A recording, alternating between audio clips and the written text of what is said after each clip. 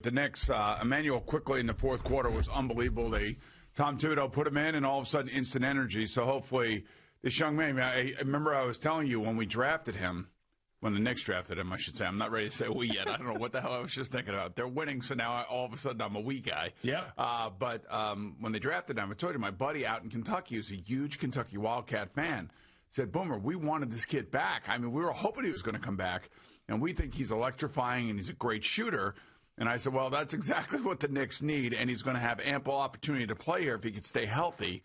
And, last night he had a really good fourth quarter, and it's like he changed the dynamic, and it was good. I mean, they have guys that are trying, and they're trying to play defense. And as Mike and Walt were talking about last night in regards to the Hawks, it's one of the highest scoring teams in the league. So if you can hold them to 108 points, that actually is good. Right. Today's NBA for sure. Yes. So I don't know what to tell you. Tom Thibodeau's the real deal. He's a real solid coach. Seems like everybody's buying in. Everybody's talking about the new and improved Julius Randle and how he came back healthy and he lost some weight. He looks a lot quicker. He looks a lot more determined.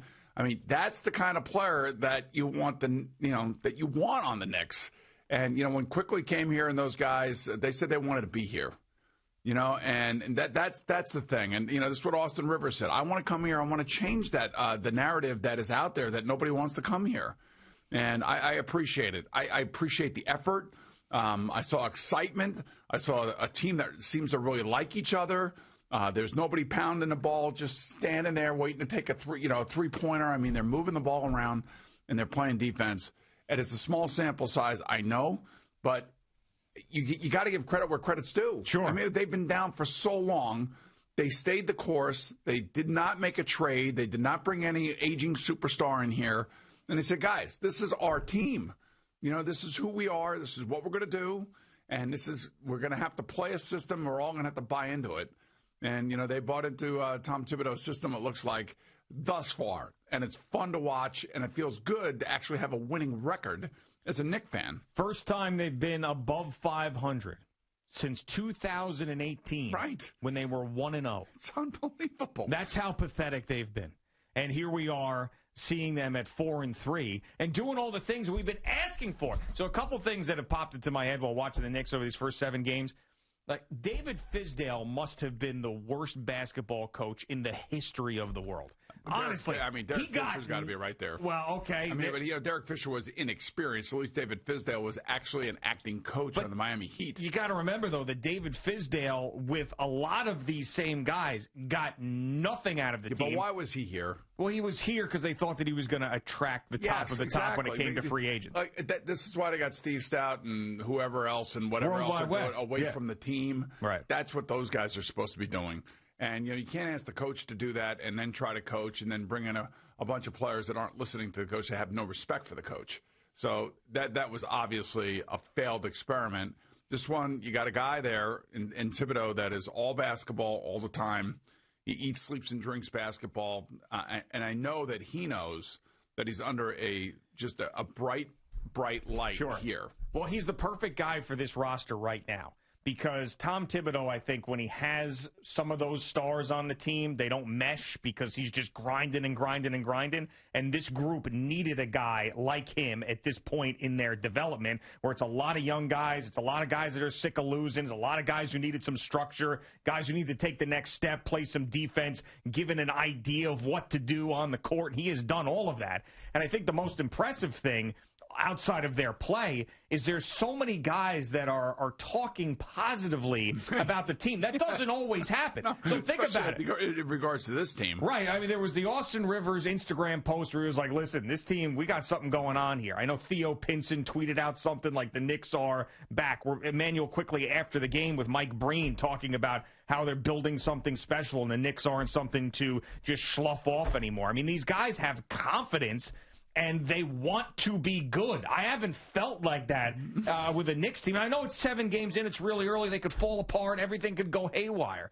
But, I mean, this, little drink that we've been given while we've been so thirsty as Knicks fans is it's tasting good right now. I'm enjoying it. I think, first and foremost, it's a coach that, that comes in, like we've often talked about, the way Bill Parcells came into the Jets when he took over for Richie Kotite. we're going to forget the nonsense that we just went through, and we're going to instill discipline. We're going to play defense, and we're going to be a team that looks like it's in shape, and it's not going to wilt in the fourth quarter. And that's the other part of this. That Quickly kid, it all happened in the fourth quarter. And that's where his big body of work kind of changed the dynamic of the game.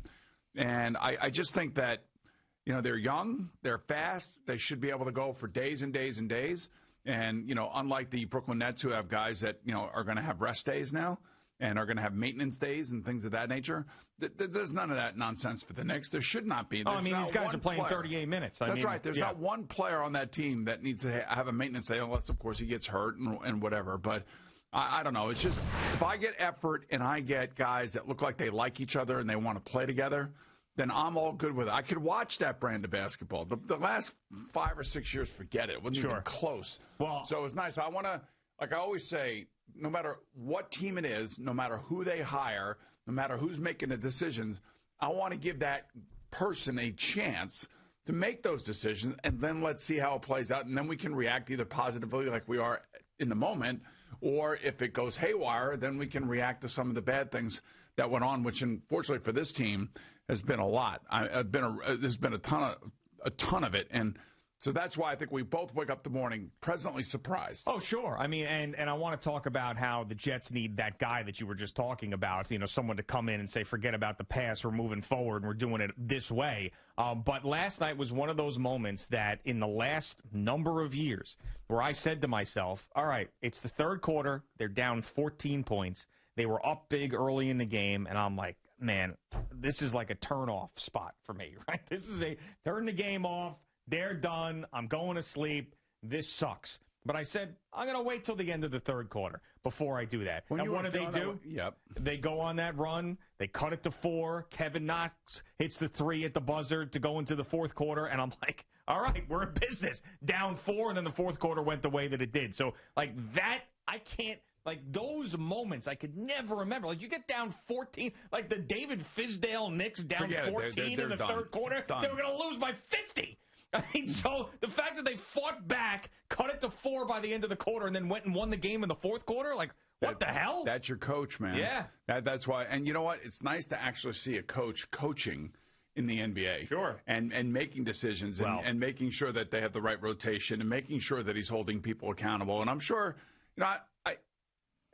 today's athlete, you can't be always in their face, and, they're going to be spending a lot of time together. But I liked what Emmanuel quickly told Breen after the game. Yeah. That's the thing. I'm like, okay, all right, that's what he believes. And he just got here. He's been here for 2 months. There's been some pride restored early on in this season. And hopefully that's going to be the case. And hopefully Thibodeau keeps going on now. You talk about pride and you talk about setting a tone. This is why I love Joe Judge. This is exactly why he is speaking to his people. And that's all. He has got blinders on. All right. So he's got to, he is like a politician. Sure. So whether it be the police chief, whether it be the mayor, whether it be the governor, whether it be a head football coach or a baseball coach, you are the face of your constituency. And your constituency needs to hear from you, especially when your constituency is really pissed off, like the Giant fan is. And the way that he came out and laid it out about how the Giants will never disrespect the game. I know 10 of my Giant fans yesterday all texted me and said, we love this guy because he's speaking to the choir. Sure. No, I know. So that's how smart that was. Whether you like it, whether it's reality, whether it's, look, hey, perception is reality in this case.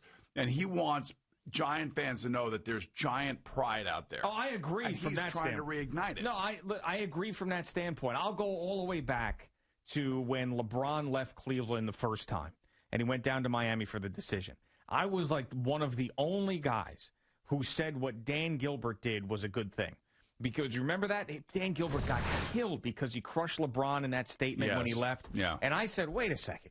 He's talking to a fan base that's burning LeBron jerseys in the streets. He's got a business to run. He's got people that are cashing in their season tickets and getting the hell out of there. He's got to talk to that group. So everybody else looks at Dan Gilbert, the owner of the Cavaliers, talking in a way that an owner should not talk about a player who had delivered a lot to them out, wasn't a championship yet. Like, it just seemed like the wrong thing to do.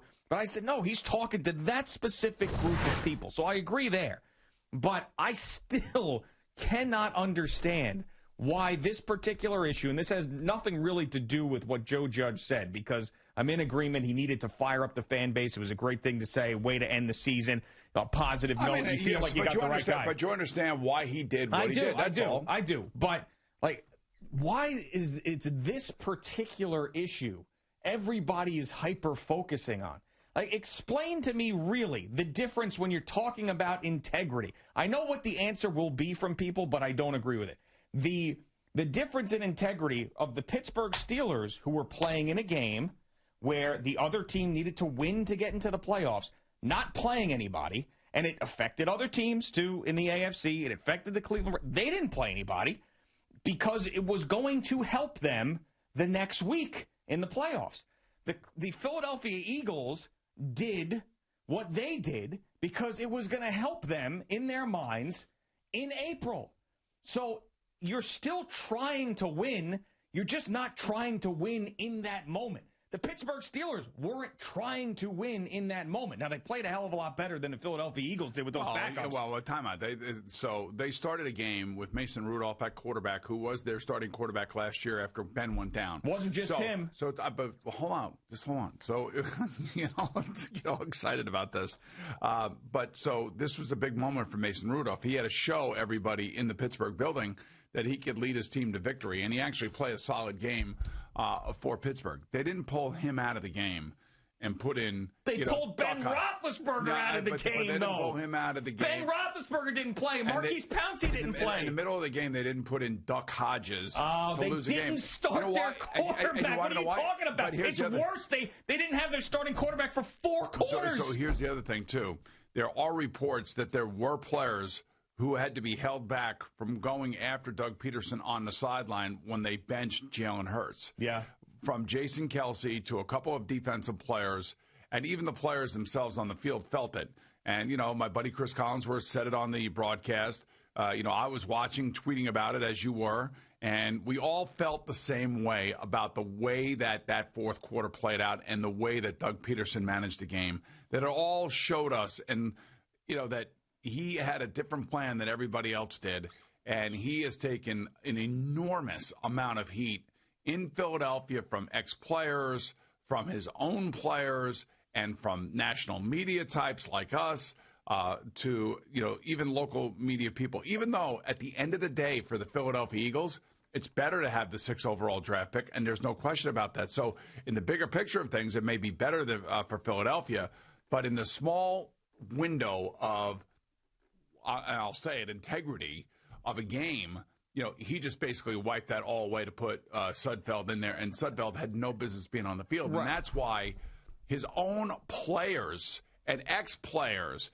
and people in Philadelphia were pissed off with the way that the Philadelphia game ended and how he impacted that ending. So let me ask you, if he had started Nate Sudfeld in the game, would it have been different? Oh, yeah. But here's the thing. It's first of all, it's Jalen Hurts. And everybody wanted Jalen Hurts in the middle of the season because Carson Wentz was obviously flaming out. And Jalen Hurts had some good games, had some really good moments. And Jalen Hurts is a kid that could at least run away from people and actually scored 2 running touchdowns, even though he wasn't playing well and hadn't played well the previous game either. So you know what? Let the young kid fight through it. Let him finish the season. Let's see if he can have a fourth quarter comeback and beat the Washington football team and beat the team that you're playing in the moment to keep them from going to the playoffs. So no, There's something to be said about that. I want to know the answer, though, a yes or no. If Doug Peterson and Howie Roseman, by the way, because this is an organizational decision of what went on here. And the owner. If they had started Nate Sudfeld, would it have been different for you?